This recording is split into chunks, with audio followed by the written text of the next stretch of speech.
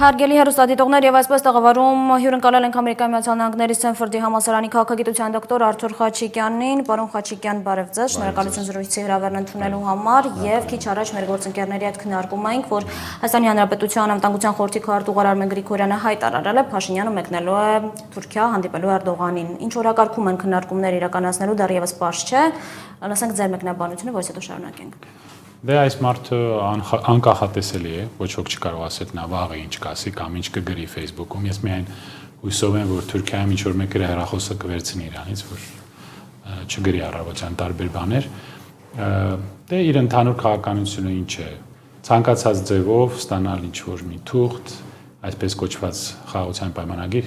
իդեպ նայեք իր խաղաղության խաչմերուկը դարավ պատերազմի խաչմերուկ, մենք փաստորեն դրանք պատերազմի խաչմերուկ։ Ցանկացած ձևով էլի աղաչելով, խնդրելով, ստորանալով ինչ որ բան ստանալ, գնալ էլի զիջումների,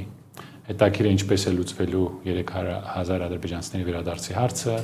Միջանցքի հարցը, մենք կարող ենք սպասել միայն որ իրանք թելադրեն իրենց պայմանները, նայել կզիջի ինչպես միշտ։ Ոչ մի լավ բան ես այս անձից չեմ սպասում, հաշվի առնելով այն, որ նա բացարձակ պատրաստ չի պետություն ղեկավարել։ Ցավոք սրտի։ Իսկ ինչ է հենց հիմա գնաց։ Գիտեք, հնարավոր է, որ ինչ-որ ինֆորմացիա է ստացվում հնարավոր գործողությունների մասին, քանի որ պարզ է, որ լայնածավալ պատերազմ է սկսվել մեր ռեգիոնում, ձեր խոնարհ ծառան նրա մասին 3 տարի է զգուշացնում էր, ես ուրախությամբ չեմ ասում, բայց այդպես էլ եղավ, եւ երևի ինչ-որ բան իրեն ասել են, հուշել են, թե ինչ է պատրաստվում եւ նա փորձում է մեղմել դա։ Դա լավագույն դեպքում։ Պարզ է, որ այս լայնածավալ հարձակումը, որի մասին մենք երևի կխոսենք, սա բերելու է շատ լուրջ հետևանքների ամբողջ ռեգիոնի համար, ապակայունացնելու է ռեգիոնը եւ ռիսկեր է ստեղծում Հայաստանի համար։ Այո, պարոն Խաչիկյան, Իսրայել-Իրան հարաբերությունների մասին խոսենք, թեման է օրակարգում։ Իրանի արտաքին գործերի նախարարությունը հայտարարել է, որ Իսրայելի հարվածները չէին կարող իրականացվել առանց Միացյալ Նահանգների իմացության եւ համակարգման։ Հետաքրքիր է ձեր կարծիքը, ըստ ձեզ Միացյալ Նահանգները ներգրաված էին իրավիճակի սրման գործընթացում։ Դե դուք տեսաք, որ Ռուբիոն ասեց ոչ, մենք դա չենք արել, բայց դա սուտ է, քանի որ նախագահ Տրամպը, որը ինչպես հիշում եք, խոստանում էր խաղաղության նախագահ դառնալ, ասում էր մենք պատերազմներ չենք սկսի, մենք պատերազմներ կավարտենք նախընտրականի ժամանակ։ Դա այդ ավանդույթը ունեն քաղաքական գործիչները, սուտ ասել եւ հետո խաբել իրենց ժողովրդին։ Տրամպը գրել է, որ դա արվում է մեր աջակցությամբ եւ ես շարունակել եմ օգնել Իսրայելին եւ այդ նեոկոնների, այդ ֆանատիկ խումբը իրենց ղեկավարներից մեկը այդ կիսախելագար ծերուկն է, իր անունը Լինձի Գրահամը։ Նա այսօր գրեց իր մոտ խաղը սկսվել է, եկեք նայենք։ Այսինքն իր համար սա խաղ է, սա կիսախելագար մարդ է, որը կարծեմ 30 տարի է կոնգրեսում զբաղված է նույն բանով՝ պատերազմ։ Ինչպես քիչ առաջ նշեցիք, տարածաշրջանային ընդհանուր կայունության եւ համաշխարհային խաղաղության վտանգի տակ ենք ու առհասարակ ինչպես կազդի այս հակամարտությունը հենց Հայաստանի վրա։ Նախ պետք է նշել, որ այս հարձակումը սկսվեց մոտավորապես նույն ձևով, ինչպես Ուկրաինայում հարձակումը, տեղեկություններ կան, որ դիվերսիա էր կատարվել դրոնների օգնությամբ եւ այդ դրոնների օգնությամբ չեզոքացվել էր Իրանի հակաօդային պաշտպանության համակարգը եւ ըստ այսօրվա լուրերի Իրանի հակաօդային պաշտպանությունը մեծ հաշվով այլևս գոյություն չունի եւ միաժամանակ հարձակում է եղել բալիստիկ հրթիռների վրա, Իրանի բալիստիկ հրթիռների վրա։ Դրա համար տեսնում ենք, որ պատասխանը շատ սահմանափակ է Իրանի կողմից, սպանվեցին ռազմական ղեկավարներ, սպանվեցին գիտնականներ, տեղեկություններ կան, որ Նենթազի ռեակտորը վնասվել է, ոչնչացվել է եւ տեղեկություններ կան, որ ցավոք սրտի, ինչպես ցավոք սրտի ես զգուշացնում եի, միջուկային նյութերի արտախոսք կա եւ ես հույսով եմ, որ դա կարողանան կանխել կամ կանգնեցնել եւ Ֆորդոյի օբյեկտի վրա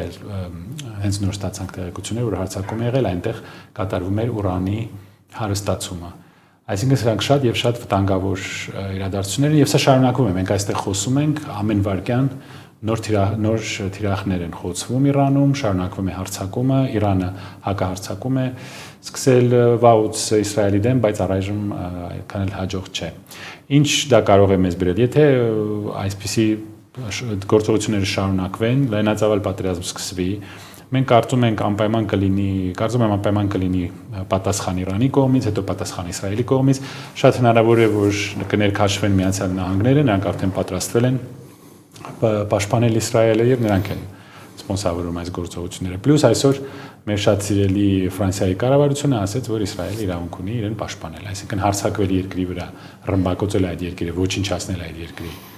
քաղաքացիներին, քաղաքացիական եւ ռազմական օբյեկտները, դա ինքնապաշտպանություն է։ Սա ստեղծում է շատ անբարենպաստ վիճակ մեզ համար, քանի որ մեզ առանց դրա էլ ոչ ոք չի հիշում աշխարհում, մենք միշտ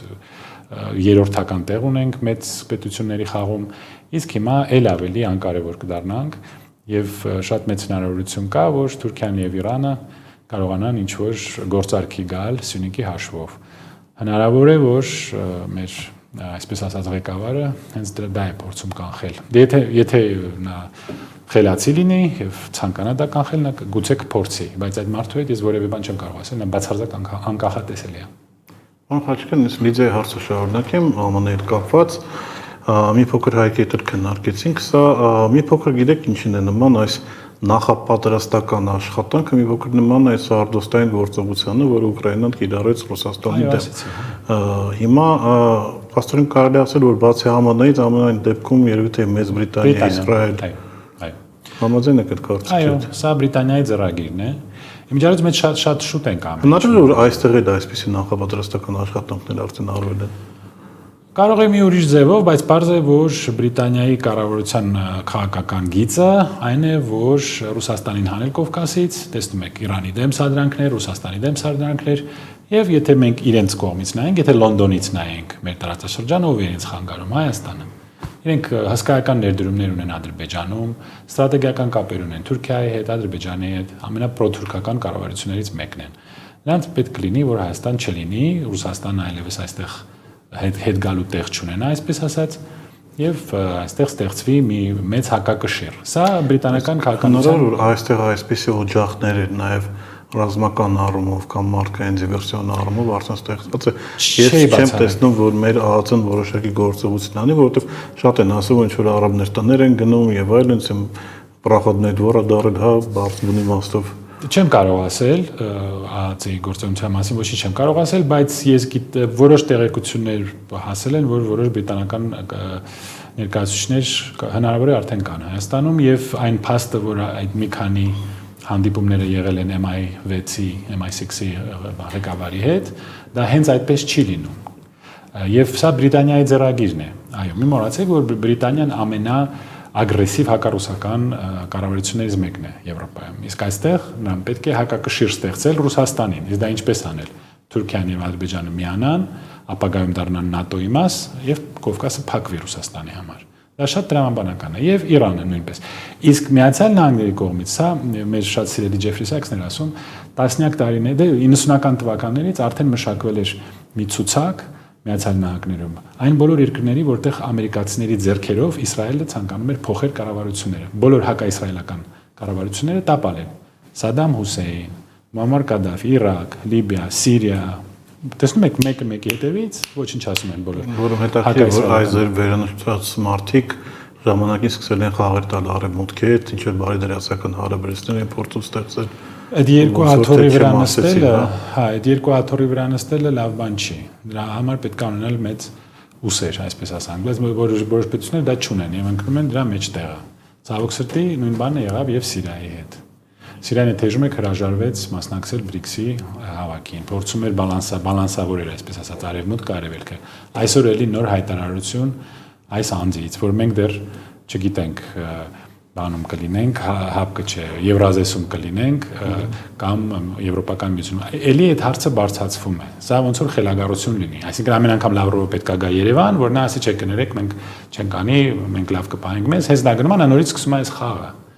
Սա ուղղակի զարմանալի է։ Պարոն Խաչիկյան, Իրանի թեման շարունակելով, Telegram ալիքում, որը ըստ տարբեր լուրերի պատկանում է որոշակի կապ ունի իշխանական ուրեմն շրջանակների հետ, մի գրառում էր, որտեղ գրված էր մենք նետով կսպանենք առնետներին։ Սա արդյոք իմ կարծիքով ավելի շատ ոչ թե արտաքին քաղաքական, այլ ներքին ինչ որ հարց են ուզում բարձեն, որովհետև հենց այսպես միանգամից ամբողջ ռազմական ղեկավարությունը չի սպանում, այսինքն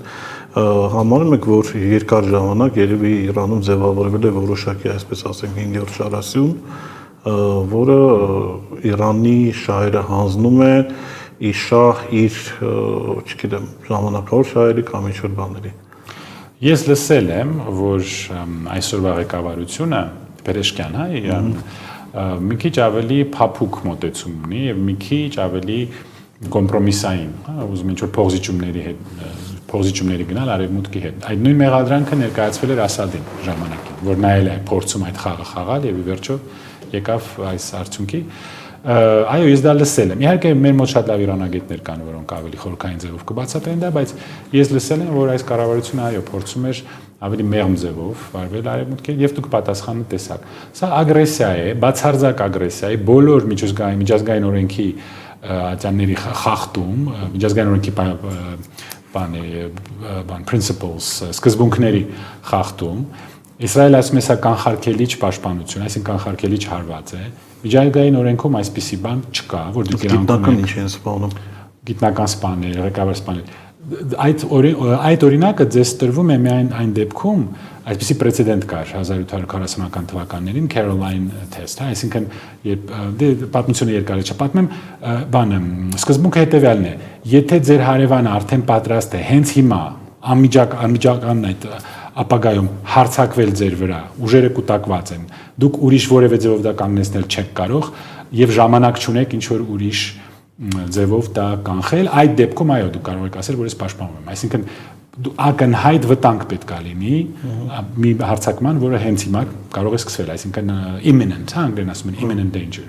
այսինքն այսօր վաղը ժամերի ընթացքում ձեր վրա ինչ որ մեկ կարող է հարցակվել, բայց այսպիսի բան անել, մի ամբողջ երկիր ավիրել, ոչնչացնել իր քաղաքացիական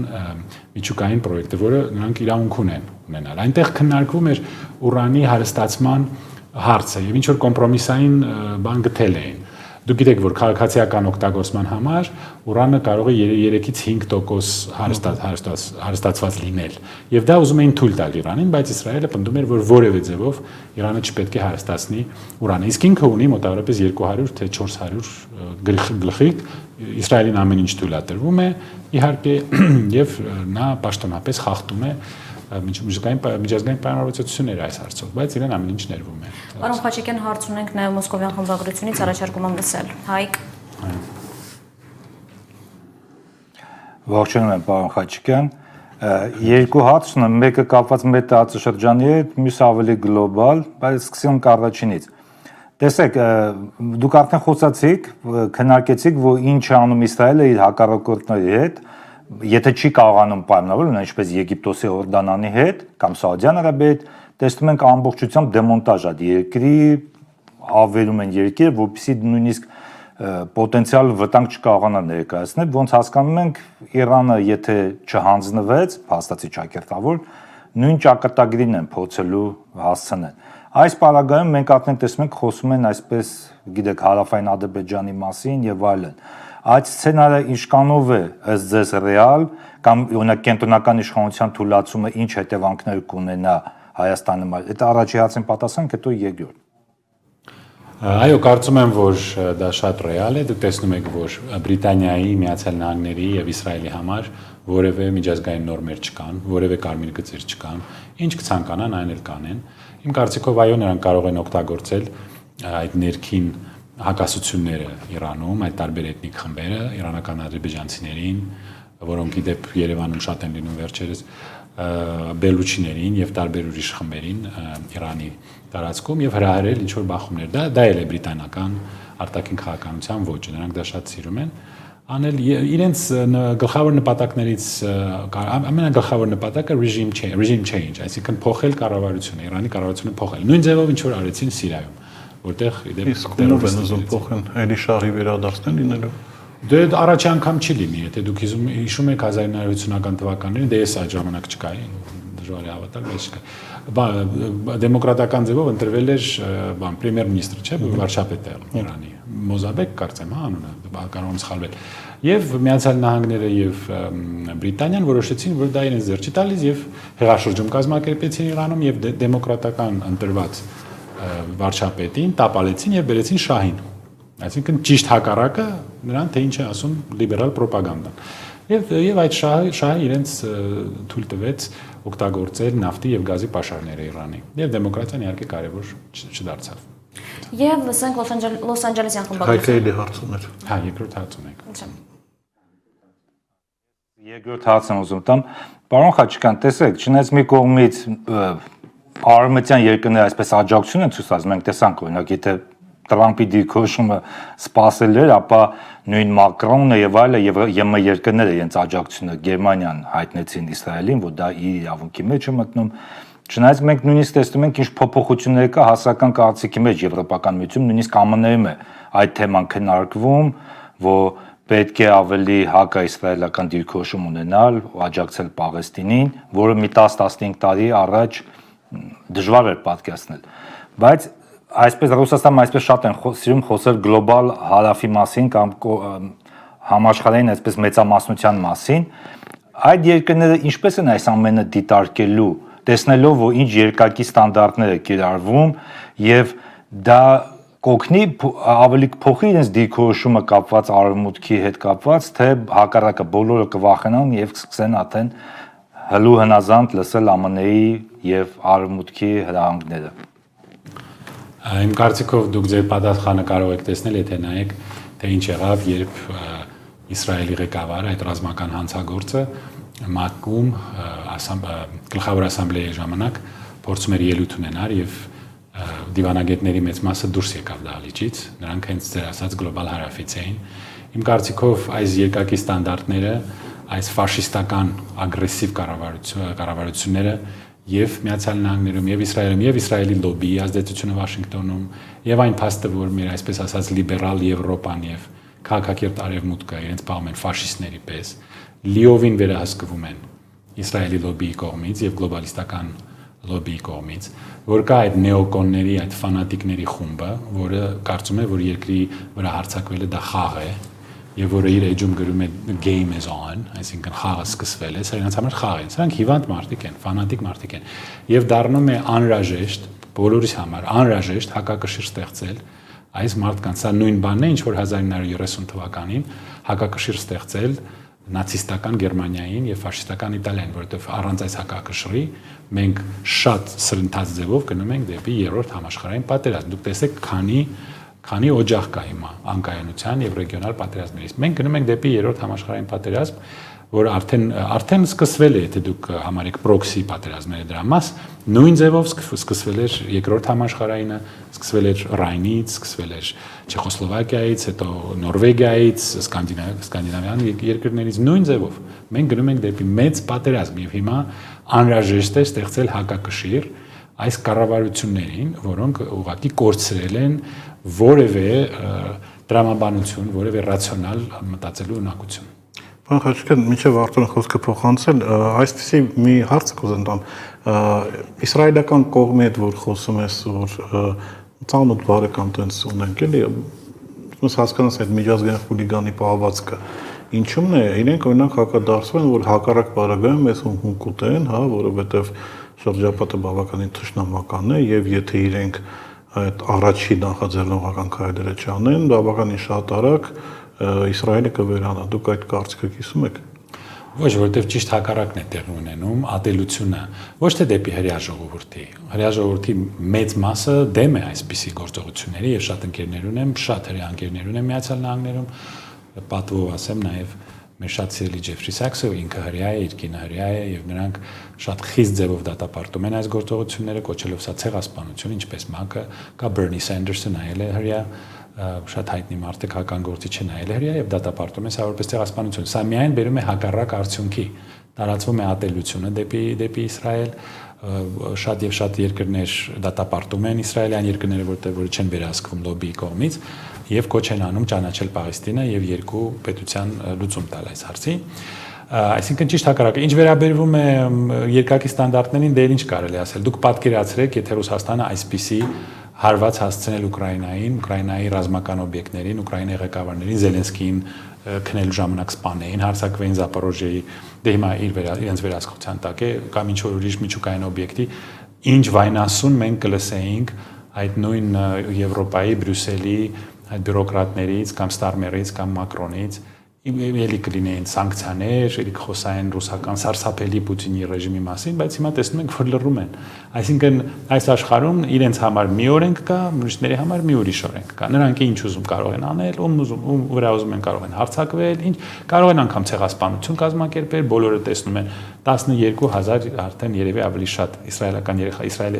պաղեստինցի երեխաներ Գազայում սովից մահանում են։ Իսրայելը փակել է, շրջափակել է Գազան եւ այդ մարդկանց սովամահ է անում եւ ամբողջ աշխարհը գանգատում է դրա մասին, ոչինչ չեն փողում։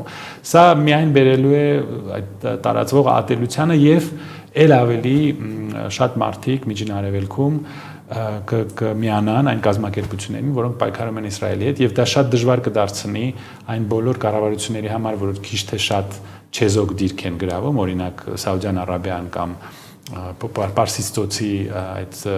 փոքրիկ պետություններին Օմանը եւ այլն, իրանց համար դա շատ դժվար է դարձնում շարունակել չեզոք դիրք խաղալ, որտեղ իրենց ներքին քաղաքական կարծիքը ճնշում է։ Եվ Հորդանանի համար է սա դժվար լինելը։ Հորդանանի համար այսպես նեյտրալ ձևով իրեն պահել ավելի դժվար է դառնալու Եգիպտոսի համար, որտեղ իրանց տանը նրանք կարող են լուրջ ռիսկ հանդիպել եւ ներքին բախումներ կարող են սկսվել այդ երկրներում, այդ կառավարությունները չեն կարող երկար այսպես շարունակել։ Խոսքը փոխանցենք մեր Լոս Անջելեսյան խմբագրության գործընկերոջը Արթուրին։ Արթուր։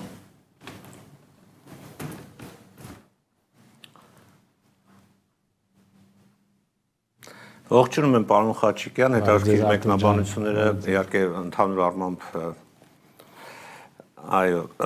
ընդունելի են ձեր տեսակետները, միայն մեկ բացառությամբ ուզում այսպես ասենք հակափաստարկներ ներկայացնել Թրամփի ադմինիստրացիայի մասով։ Տեսեք, դուք մեղադրեցիք, որ Թրամփը խաբեց եւ այլն, նույնը ուրեմն այստեղ կան սիոնիստները, օրինակ Միացյալ Նահանգներում սիոնիստները մեղադրում են Թրամփին հակառակի մեջ, ասելով, որ Թրամփի ադմինիստրացիան պետք է հակառակը Իսրայելի հետ միասին հարձակվեր Իրանի վրա, պետք է այդ երկիրը ուղղակի վերացներ ու վերջացներ, նույն Ադամ Շիֆը մեր հայերի շատ սիրելի մեղադրում է Թրամփին Իսրայելին լքելու մեջ։ Թրամփի խոսքերը մեջ բերեցիք, նա ասում էր, որ պաշտպանության հարցում իհարկե կօգնի, բայց ամեն դեպքում կարծում եմ անարդար է ամերիկյան այսօրվա իշխանություններին մեղադրել այն ամենի մեջ, ինչ այսօր տեսանք ուրեմն Իսրայելի հետ կապված, քանի որ եթե Միացյալ Նահանգները կարծում եմ բոլորս ենք հասկանում, եթե խառը լիներ այդ ամեն ինչին, ապա Իրանից ոչինչ չէր մնալու եւ հակառակը Թրամփը իր ադմինիստրացիան եւ վերջին 2-3 ամիսների ընթացքում անընդհատ փորձել է հարաբերություններ ստեղծել Իրանի հետ, բանակցություններ, արդեն 12-րդ ուրեմն հանդիպումը պետք է տեղի ունենար եւ կոչ է արել ընդունել եւ զգուշացրել, որ չընդունելու դեպքում շատ ծանր հարված է լինելու եւ մենք տեսանք այդ հարվածը եւ դա վերջը չէ, շատ ավելի մեծ բաներ են սպասում։ Չեք կարծում, որ Իրանը պետք է համաձայնվեր այդ գործարքին, որը բերելու էր սանկցիաների հանմանը եւ երկիրը կարող էր ուղղակի ծաղկել եւ ոչ թե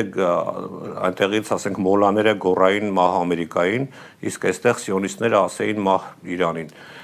Այսպես ասենք Թրամփի նույն շրջապատում էլ կան երկու թևեր, չէ, սիոնիստական թևը եւ մարդիկ, որոնք դեմ են Իրանի դեմ պատերազմին։ Եվ երկրորդ հարցը, այսօր ես տեսա, որ իրանական ընդդիմության առաջնորդ Ռեզա Փահլավին կոչ է արել զինվորականներին լքել այսօրվա Իրանի ռեժիմը եւ անցնել ժողովրդի կողմը, իսկ Իսրայելի Սփյուռքի նախարարը մի լուսանկար է հրապարակել Ռեզա Փահլավիի հետ եւ գրառումն այսպեսին է շուտով կտեսնվենք Թեհրանում։ Որքան եք հավանական համարում, որ այս գործողությունները կբերեն իշխանության փոփոխության Իրանում եւ այդ դեպքում ինչպես կփոխվի Իրանի դերը ընդհանրապես տարածաշրջանում։ Շատ ուրախ եմ ձեզ տեսնել, Արթուր ջան, հույսով եմ, որ մեր սիրելի Լոս Անջելեսը դեռ կանգնած է, ես գիտեմ ինչ դեպքեր են այնտեղ տեղի ունենում, հույսով եմ, որ ձեր մոտ ամեն ինչ լավ է, շատ մեծ հարցեր եք տալիս, այո, ես հասկանում եմ ձեր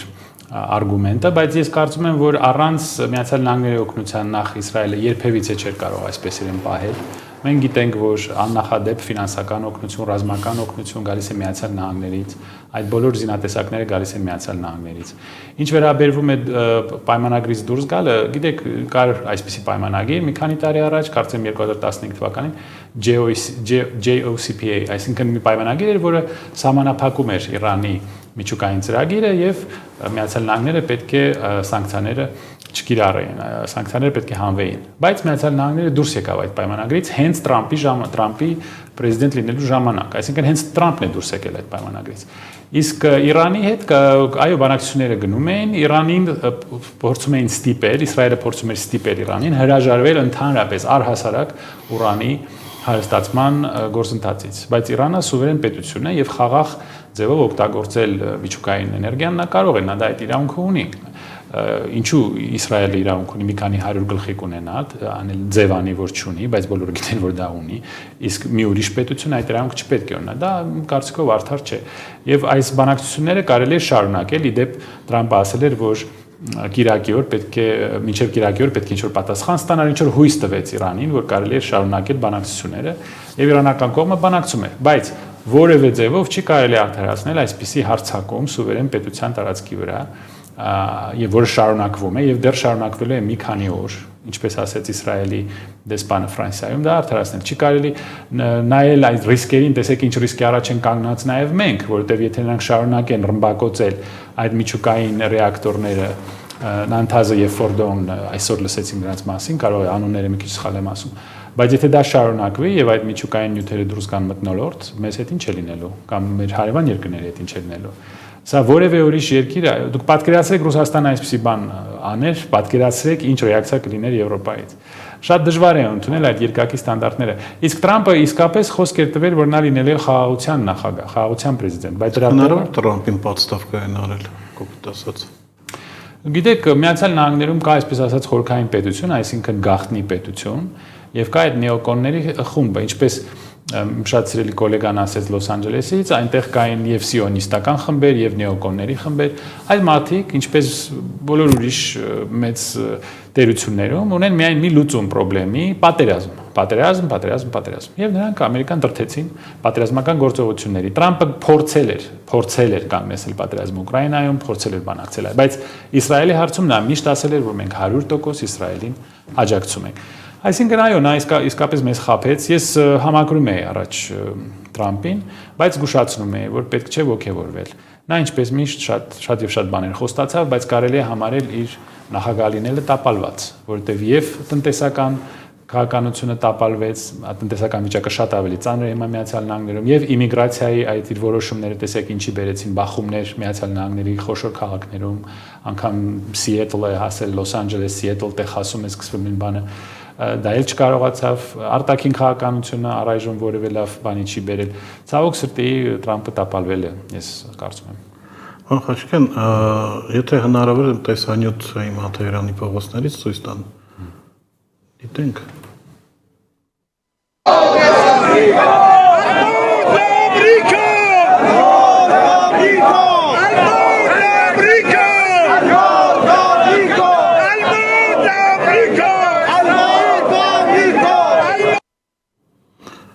Հավաքվել են, գոռում են մահ Իսրայելին,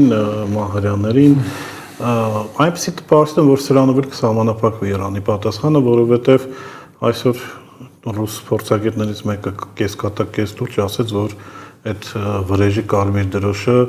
իրանց պիոներական ճամբարում ավելի քիչ են բարձրացնում, քան Իրանն է բարձրացնում եւ դրանից հետո սովորաբար որևէ բան չի հետևում, որովհետեւ մի բան ես հիշում Համասի առաջնորդի սպանությունից հետո եւ Հեզբոլլահի առաջնորդի սպանությունից հետո կրկին այդ դրոշը բարձրացավ, Իրանը որոշակի ինչ-որ գործողություն արեց, անհաջող, որովհետև այդ բեսպիլոտնիկների մեծ մասը այդպես այդտեղ չհասան եւ ոնց որ երես փրկելու օպերացիա, հիմա մի փոքր ավելի լուրջ է, բայց կրկին բացի բառերից, եսի ինչ-որ sense Օմար Խայամական բառապաշարից մենք որևէ բան չենք տեսնում, այսինքն ըստ ձեզ կգնա Իրանը այդ վերջնական էսկալացիային, թե կրկին ատոմները կսեղմի ու կփորձի ամեն դեպքում ատոմային ռումբ ստանալ եւ դրանից բխող հարց, եթե Իրանը այս ամեն ինչի վրա աչք է փակում եւ զիջում է հանուն չգիտեմ ինչի, միգուցե հանուն արևմտյան արժեքների կամ հանուն չգիտեմ ատոմերով ստանալու, մենք գիտենք, որ Զանգեզուրի միջանցքը այսպես կոչված չի տեղի ունենում, որովհետեւ մեզ տենց են ասում հիմնականում Իրանի դիրքորոշման պատճառով։ Արդյոք Իրանը այսքանից հետո կգա ինչ-որ Հայաստանի դասին կանգնելու։ Այս պատասխանեմ ձեր հարցին, բայց ես մոռացա Արտուրի երկրորդ հարցը դրան կպատասխանեմ։ Այո, պատասխանը առայժմ թույլ է։ Դե իհարկե, եթե ոչ Իսրայելին հաջողվեց այդ դիվերսիայի հետևանքով ոչնչացնել նրանց հոպի համակարգը եւ բալիստիկ հրթիռները, այսինքն նրանց հնարավորությունը պատասխանելու հիմա նվազել է։ Այո, առայժմ պատասխանը թույլ է եւ մեծ մասամբ էմոցիոնալ, այսպիսի հայտարարություն են արվում։ Հնարավոր է որ լինի պատասխան, ես այսօր մենք ամեն րոպե նորություններ ենք, ամեն վայրկյան նորություններ ենք ստանում, ինչ որ բալիստիկ հրթիռներ ուղղվել են դեպի Իսրայել, երևի մի մասը կխոցվեն, Իսրայել չեն հասնի, Միացյալ Նահանգները կաջակցեն, Բրիտանիան կաջակցի այդ հարցում եւ Ֆրանսիան կաջակցի, իհարկե, նրանց կաջակցեն, մեզ ոչ։ Այո, թույլ է պատասխանը եւ իհարկե ես տարիներով ասում եի, որ Իրանը բացի դիվանագիտական ինչ-որ քայլերի որևէ բանի չի կարող գնալ, որ Սյունիքը պաշտպանել կամ Հայաստանը պաշտպանել, ռազմական ձևով նա դա չի անի։ 3 տարի մենք դրա մասին խոսել ենք, ձեր մոտ ենք խոսել, որ միանգամից իր դեմ հանդես կգա այդ կոալիցիան՝ Իսրայել, Ադրբեջան, Թուրքիա, Միացյալ Նահանգներ, դա անհնար է Իրանի համար դա անելը։ Եվ վերադառնալով Արտուրի երկրորդ հարցին, այո, իհարկե փորձեր կարվեն դեստաբիլիզացնել Իրանը, ներքուստ ինչ որ նորից այնտեղ եղել են, բախումներ եղել են, հիշում եք, բողոքներ եղել են մի քանի տարի առաջ, ներողություն։ Աղջկա պատճառով։ Այո, այդ աղջկա պատճառով հիշում եմ։ Այդպիսի բաներ դի կարվի, կօգտագործեն իրենց բոլոր միջոցները, այդ բոլոր իրանց բանի քարոշչության այդ ԶԼՄ-ները կօգտագործվեն, իհարկե կփորձեն հրահրել։ Դա է իրենց նպատակը, այդ վերջի կառավարությունը փոխել, այսինքն ամբողջ աշխարհով, ամբողջ միջին արևելքով բոլոր կառավարությունները նրանք փոխեցին այնպես ինչպես նրանք ուզում են։ Հետո նրանք ուրիշ երկրներին մեղադրում են, որ այդ երկրները ներխուժում են ուրիշ երկրների տարածք, փոխում են այդ երկրի կառավարությունները։ Տեսեք ինչ երեսպաշտության հետ գործ ունենք։ Արդեն 7-րդ թե 8-րդ երկիրն է։ Եկեք միասին հաշվենք։ Իրաքը եղել է, Աֆղանստանը կարելի է արդարացնել, որովհետև Թալիբանը այնտեղից էր։ Լիբիայում փոխեցին, Սիրիայում փոխեցին, Եգիպտոսում նրանք ուղղակիորեն չներքաշվեցին, Սուդանում հիմա էլ փաստորեն վերջին Հայաստանում էլ փոխեցին, կարելի ասել։ Հայաստանում այո, առանց ռմբակոծության, բայց ԶԼՄ-ները գրավելով, գրանտակերներին ուղարկելով եւ այլն, այո, կարողացան դա անել։ Հրացինք եկանք Հայաստան, ես իմ վերջին հարցը տամ, տեսեք, մեր ԱԳՆ-ն այսօր եւ սովորաբար մեր ԱԳՆ-ն բոլոր հարցերով լռում է, բայց այսօր շատ խիստ դիրքորոշում հայտնեց, որ այն ինչ որ անում են Իրանի հետ, անընդունել է, բլա եւ այլն։ Հիմա առաջայցից ողջունելի մոտեցում է, հա, հարևանի թասմիկանը, մյուս կողմից մի հատ տեսնենք շրջապատը Հայաստանի, հա, Թուրքիա, Ադրբեջան, նաև գիտենք բրիտանական ցանց եւ այլն, սա ինչ է, սա ինքն իրեն Հայաստանը ինչ-որ սադրում է ինչ-որ բանի վրա, թե չէ, որովհետեւ իմ կարծիքով այստեղ ես եմ ասում, դեպքեր են եղել, որ պետք է բան հստակ դիրքորոշում հայտնել չէին հայտնում, այստեղ իմ կարծիքով երևի թե այդքան էլ պետք է դիրքորոշում հայտնել, սա ամեն դեպքում հաշվի առնելով, որ ոչ այդքան լավ հարաբերություններ Հայաստանի եւ Իսրայելի պրոքսիների հետ, սա ինչ-որ անխոհեմ քայլ էր, թե սա ինչ-որ սադրանք էր, թե սա ուղղակի Կարծում եմ, ես համաձայն եմ ձեր հետ, այս հարցում այո, ճիշտ են արել, դրանք մեկ-մեկ սխալվում են, ճիշտ բան են անում։ Դա ճիշտ հայտարարություն էր, Թուրքիան էլ է դատապարտել։ Ճիշտ էր, բայց տեղին էր։ Դա կասկածելի է։ Թուրքիան դատապարտեց այս հարձակումը, ճիշտ արեց, Ռուսաստանը դատապարտեց այս հարձակումը,